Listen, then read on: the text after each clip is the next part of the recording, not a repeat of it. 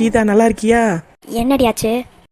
இல்லை கீதா, நாங்கள் இப்போ தான் படத்துக்கு போயிட்டு வந்தோம். அதனால அசைன்மெண்ட் எல்லாம் எழுதலை.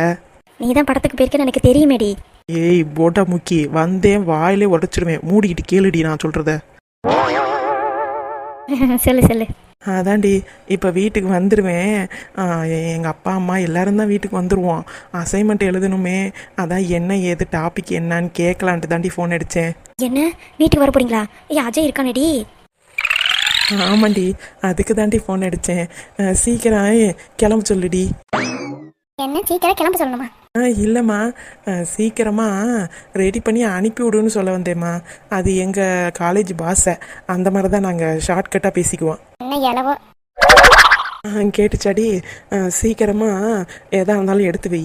நாங்கள் இன்னும் ஒரு 1/4 மணி நேரத்தில் வீட்டுக்கு வந்துடுவோம், சரியா? சரிடி சரிடி, ரொம்ப தேங்க்ஸ் டி. சரி வேற ஒன்றும் இல்லை, வச்சுறேன்.